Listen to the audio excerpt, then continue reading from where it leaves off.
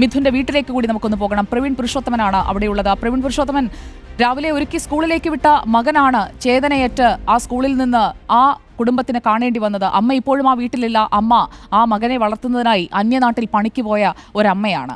ആ വീട്ടിലെ അവസ്ഥ അത് നമുക്ക് അവരെ അധികം ബുദ്ധിമുട്ടിക്കാതെ അവരോട് നമ്മൾ സംസാരിക്കണം. എപ്പോഴാണ് മിഥുന്റെ മൃതദേഹം അവിടേക്ക് കൊണ്ടുവരുന്നത്? അതടക്കമുള്ള അമ്മ വരുന്ന കാര്യം സംബന്ധിച്ച് അമ്മയെ അറിയിച്ചോ? എന്തൊക്കെയാണ് നമുക്ക് ലഭിക്കുന്ന വിവരങ്ങൾ ബന്ധുക്കളോട് സംസാരിക്കുമ്പോൾ?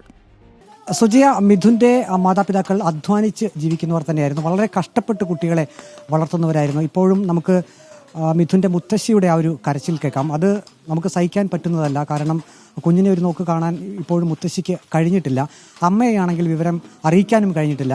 ആ വീടിൻ്റെ ഒരു പശ്ചാത്തലം നമുക്ക് ഈ ഒരൊറ്റ വെട്ടുകല്ലിൽ നിന്ന് തന്നെ മനസ്സിലാകും എത്ര ബുദ്ധിമുട്ടിയാണ് അവർ കഴിഞ്ഞിരുന്നത്. വർഷങ്ങളുടെ പഴക്കമുള്ളൊരു വീടാണ്, വെട്ടുകല്ലാണ്. വീടിൻ്റെ ചിലയിടങ്ങളിൽ മാത്രം അത് തേച്ചിട്ടുണ്ട്. ഇതിൻ്റെ പുറകുവശത്ത് ഒരു മുറി കൂടി അവർ അധികം പണിതിട്ടുണ്ട്.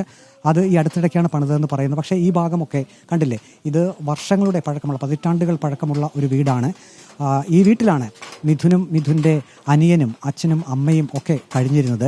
അങ്ങനെ സന്തോഷകരമായി അവർ ജീവിതം മുന്നോട്ട് പോകവെയാണ് ഇന്ന് അങ്ങനെ ഒരു അത്യാഹിതം സംഭവിച്ചത്. മനുഭവനം എന്ന് അവിടെ എഴുതി വെച്ചിരിക്കുന്നത് നമുക്ക് കാണാം. അത് കരിക്കട്ടയിൽ എഴുതി വെച്ചിരിക്കുന്നതാണ്. വീടിനകത്തേക്ക് നാം നോക്കുകയാണെങ്കിൽ മുത്തശ്ശി അവിടെ കരഞ്ഞ് തളർന്ന് ഇരിക്കുന്നത് കാണാം. ഇത്രയും നേരമായിട്ടും ആ മുത്തശ്ശിയുടെ കണ്ണുനീർ തോർന്നിട്ടില്ല. രാവിലെ മിഥുന് സ്കൂളിലേക്ക് ചോറ് കെട്ടിക്കൊടുത്തത് ആ മുത്തശ്ശിയായിരിക്കും. ആ അമ്മൂമ്മയ്ക്ക് എങ്ങനെയാണ് അത് സഹിക്കാൻ കഴിയുക? വീട്ടിൽ നിന്ന് സ്കൂളിലേക്ക് പറഞ്ഞയച്ചതാണ്. തുർക്കിയിലേക്ക് മകൾ പോകുമ്പോൾ നോക്കിക്കോണേ എന്ന് പറഞ്ഞ് ആ മകനെ ഏൽപ്പിച്ചു പോയതാണ് അച്ഛനെയും മുത്തശ്ശിയെയും ഒക്കെ. മിഥുന്റെ വീട്ടിലെ അവസ്ഥ അത് നമുക്ക് കണ്ടിരിക്കാൻ സാധിക്കാത്തതാണ്. പദം പറഞ്ഞ് കരയുകയാണ് മിഥുന്റെ മുത്തശ്ശി. ഒരു സാധാരണ കുടുംബം, ആ കുടുംബത്തിൽ നിന്ന് പഠിച്ച് മിടുക്കനായി സ്കൂൾ NCCയിൽ പഠനങ്ങളിൽ അത് ഒക്കെ മിടുക്കനായി നല്ലതുപോലെ ചിത്രം വരയ്ക്കുന്ന അങ്ങനെ മിടുക്കനായ ഒരു മിഥുനെയാണ് നമ്മൾ ആ സ്കൂളിൽ അന്വേഷിക്കുമ്പോൾ കാണുന്നത്. ഉറ്റവരൊക്കെ വേദനയോടെ, ആ വേദന സഹിക്കാനാകാതെ ആ വീട്ടിലിരിക്കുന്നത്, പദം പറഞ്ഞ് കരയുന്നത് നമ്മൾ കണ്ടുകൊണ്ടേയിരിക്കുകയാണ്.